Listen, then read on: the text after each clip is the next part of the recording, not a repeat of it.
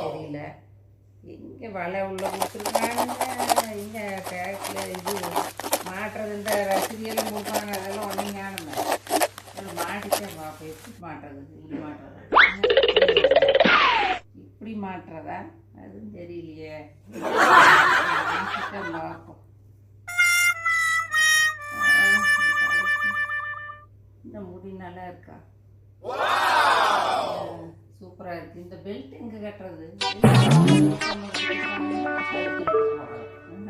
இப்படி போடுறது அப்படின்னு தெரியல.